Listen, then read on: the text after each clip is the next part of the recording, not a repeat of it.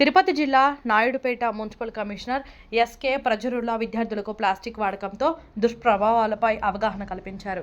Plastic కారణంగా cancer వంటి తీవ్రమైన అనారోగ్యాల బారిన పడతారని కమిషనర్ వివరించారు. ప్రతి 3వ శనివారం పారిశుద్ధ్యంపై ప్రజలకు అవగాహన కల్పించే కార్యక్రమాలను నిర్వహిస్తున్నామని జెడ్పీ పాలికల పాఠశాల విద్యార్థులకు తెలిపారు. తద్వారా రోగాల బారిన పడకుండా మనల్ని మనం కాపాడుకోవచ్చని ఈ సందర్భంగా ఆయన అన్నారు. ఒక ఉత్తర్వులు ఇవ్వడం జరిగింది. అంటే ప్రతి నెల 3వ శనివారము మన రాష్ట్రంలో ఉన్నటువంటి ప్రతి మున్సిపాలిటీలో కూడా ఒక్కొక్క కార్యక్రమం నిర్వహించి ఈ ప్రజలకి అందుబాటులో తీసుకొచ్చి ప్రజలకి మంచి పరిపాలన ఇవ్వాలనే ఆలోచనతో ప్రభుత్వం చేస్తున్నటువంటి ఇందులో భాగంగా రాష్ట్ర ప్రభుత్వం జనవరి నెల నుంచి ప్రతి నెల 3వ శనివారం ఒక కార్యక్రమం నిర్వహించడం జరుగుతుంది. మన జనవరి నెల నుంచి ఈ కార్యక్రమం ప్రభుత్వం ప్రారంభించడం జరిగింది. జనవరి నెల 3వ శనివారం రోజు ప్రతి ప్రభుత్వ కార్యాలయాలు కావచ్చు, పాఠశాలలు కావచ్చు, ప్రభుత్వ మరియు ప్రైవేటు పాఠశాలలు కావచ్చు, అన్ని పాఠశాలల్లో కూడా క్లీన్ అండ్ గ్రీన్ అంటే పరిశుభ్రంగా ఉంచాలి అనే ఆలోచనతో మనం జనవరి నెలలో అన్ని కార్యాలయాలు కావచ్చు, పాఠశాలలు కావచ్చు శుభ్రంగా ఉంచి, ఇటు టాయిలెట్స్ కావచ్చు, ప్రిమిసెస్ కావచ్చు, మంచి మొక్కలను పెంచడం కావచ్చు, ఈ కార్యక్రమం మనం నిర్వహించుకోవడం జరిగింది. అదేవిధంగా ఫిబ్రవరి నెలలో ప్రతి ఇంటి నుండి వస్తున్నటువంటి చెత్తని అంటే మనం ఇంట్లో శుభ్రపరచుకున్న తర్వాత వస్తున్నటువంటి వేస్టేజ్ ఏమేమి వస్తాయండి, మనం మార్కెట్ నుండి కూరగాయలన్నీ కూడా తెచ్చుకుంటాం.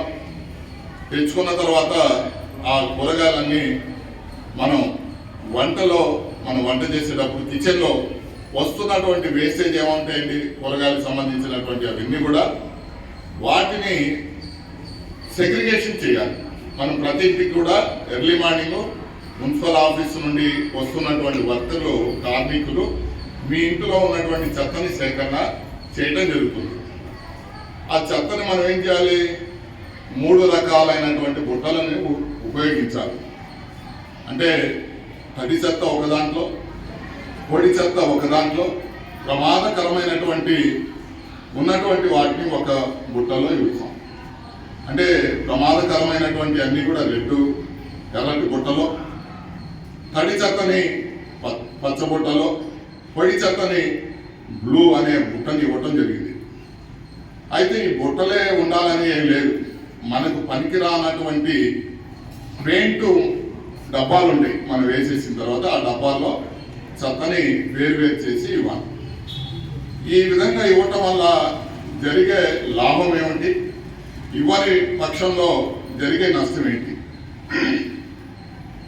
అదేవిధంగా మనం ఏదైతే ఇంట్లో మిగిలిపోయినటువంటి అన్నం కావచ్చు, కూరగాయలు కావచ్చు, వాటిని హోమ్ కంపోస్ట్ కింద మనం ఉపయోగించుకోవచ్చు. ఈ హోమ్ కంపోస్ట్ ద్వారా వచ్చినటువంటి ఎరువుని మన ఇంట్లో ఉన్నటువంటి, మన పెరట్లో ఉన్నటువంటి మొక్కలకి ఎరువు కింద ఉపయోగించవచ్చు. కానీ మన వాళ్ళు చేస్తున్నారా? చేయట్లా. ఏం చేస్తున్నారు, ఆ చెత్తంతా ఇంట్లో మిగిలిపోయినటువంటి కూరగాయలు కావచ్చు, మిగిలిపోయినటువంటి అన్నం కావచ్చు, వీటన్నిటినీ ప్రమాదకరమైనటువంటి ప్లాస్టిక్లో కలిపి, అంటే క్యారీ బ్యాగ్స్ని ఒక మూటగా కట్టి తీసుకెళ్ళి మనం కాలువలో పారేస్తూ ఉంటాం, లేదంటే రోడ్డు మీద పారేస్తూ ఉంటాం. ఈరోజు ఈ శనివారం ప్లాస్టిక్ పూర్తిగా నిర్మూలించమని ప్రభుత్వం ఆదేశాలు ఇచ్చున్నారు. దాని మీద ఈరోజు ఒక అవగాహన కార్యక్రమం మీ ద్వారా తెలియపరచడం జరుగుతుంది.